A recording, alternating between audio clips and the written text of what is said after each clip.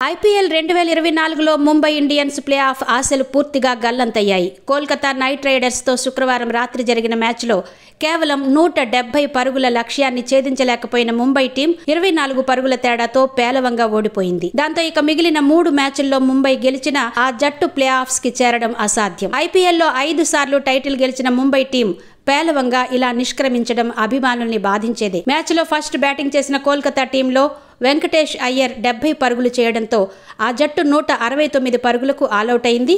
ఆ తర్వాత ఛేదనలో ముంబై టీం మరో 7 బంతులు మిగిలి ఉండగానే 145 పరుగులకి కుప్పకూలిపోయింది. ముంబై జట్టులో సూర్యకుమార్ యాదవ్ ఒక్కడే 56 పరుగులతో పర్వాలేదనిపించాడు. పవర్ హిట్టర్లతో నిండిన ముంబై టీం 150 పరుగులు కూడా చేయలేకపోవడం గమనార్హం.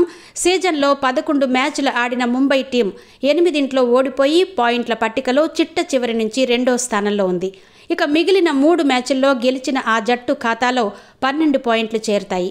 కానీ ప్లే ఆఫ్స్ రేసులో నిలవాలంటే కనీసం 16 పాయింట్లుండాలి. కాబట్టి ముంబై ఇక సర్దుకోవడమే మిగిలింది.